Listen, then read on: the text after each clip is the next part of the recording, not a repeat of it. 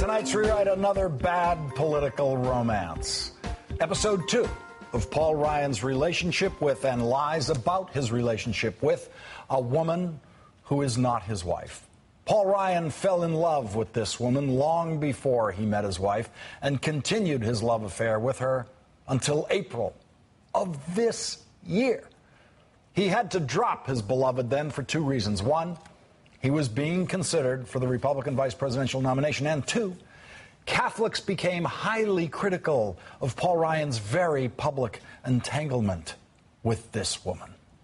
Ayn Rand was dead by the time Paul Ryan discovered her and fell in love with her through her books, Atlas Shrugged, The Fountainhead, and others. She became, by his own account, the most influential person in his life. The reason I got involved in public service, by and large, if I had to credit one thinker, one person, it would be Ayn Rand. As I reported in this space in April, Catholics United issued a statement saying, "We question why Ryan, as a self-professed Catholic, would put the teachings of ultra-capitalist Ayn Rand, of whom he has spoken glowingly, before the teachings of Jesus and the Church."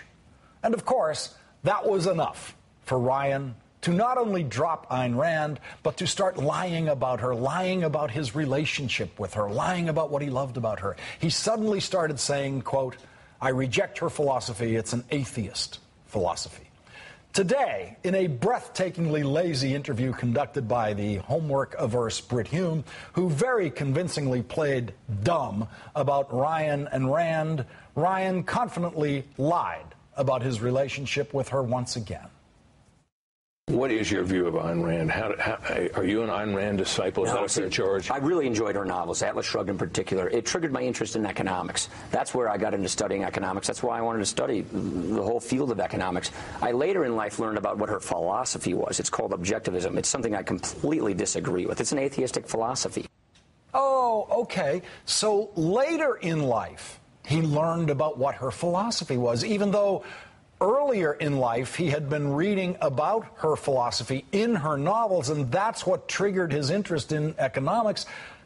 That's kind of weird because Ayn Rand's philosophy was very well known, even to people who never read her books. She was on The Tonight Show with Johnny Carson as a guest, where Johnny actually bumped Buster Crabbe one night just to let Ayn Rand keep talking.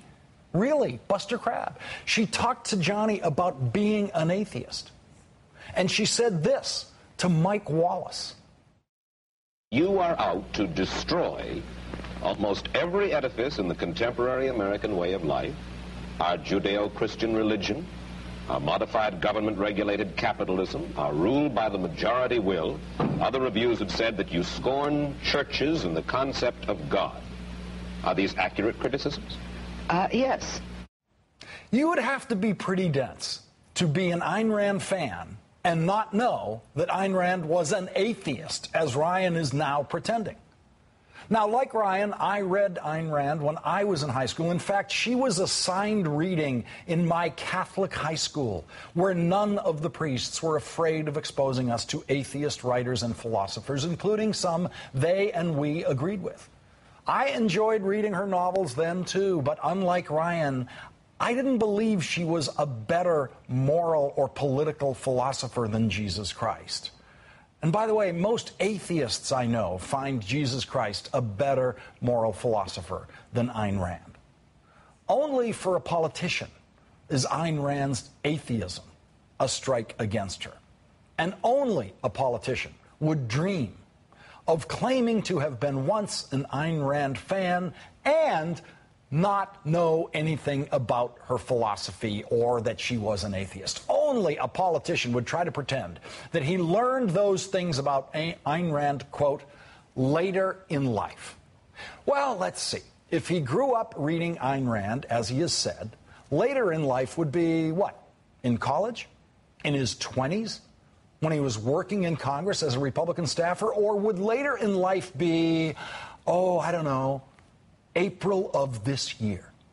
Is that when he's claiming he just discovered that her philosophy was what her philosophy was and that she was an atheist? Because Later in Paul Ryan's life, in fact, in 2005, he actually wrote a speech about Ayn Rand that he then delivered at a meeting of the Atlas Society, a group of Rand worshippers, all of whom were well versed in Rand's philosophy and her atheism. I grew up on Ayn Rand. That's what I tell people. Everybody does their soul searching and trying to find out who they are and what they believe, and you learn about yourself.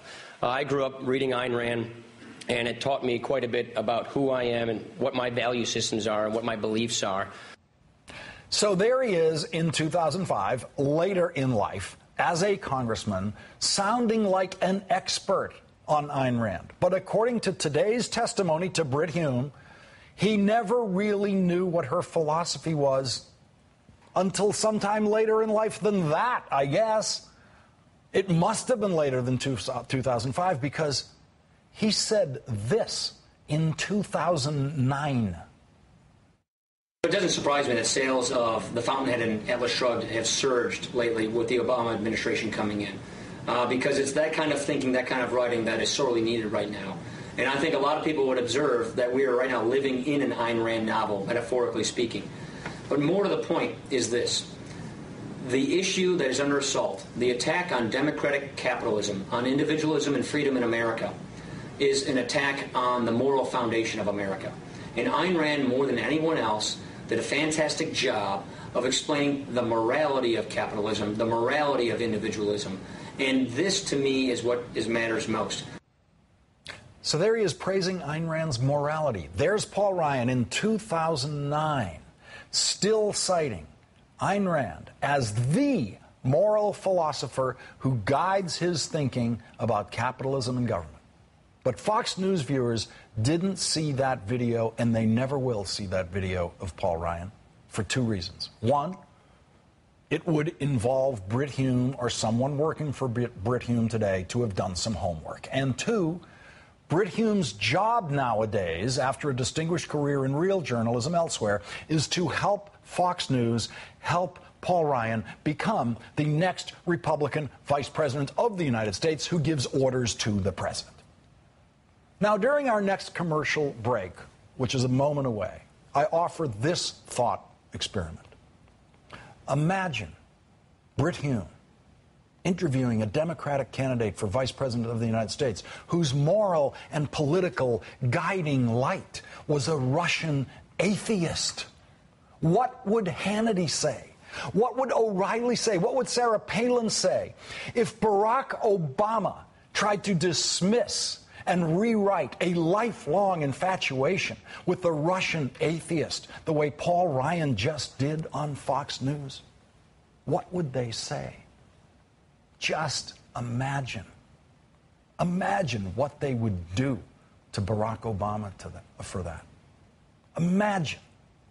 Imagine what the Fox News crew would say about him. Imagine.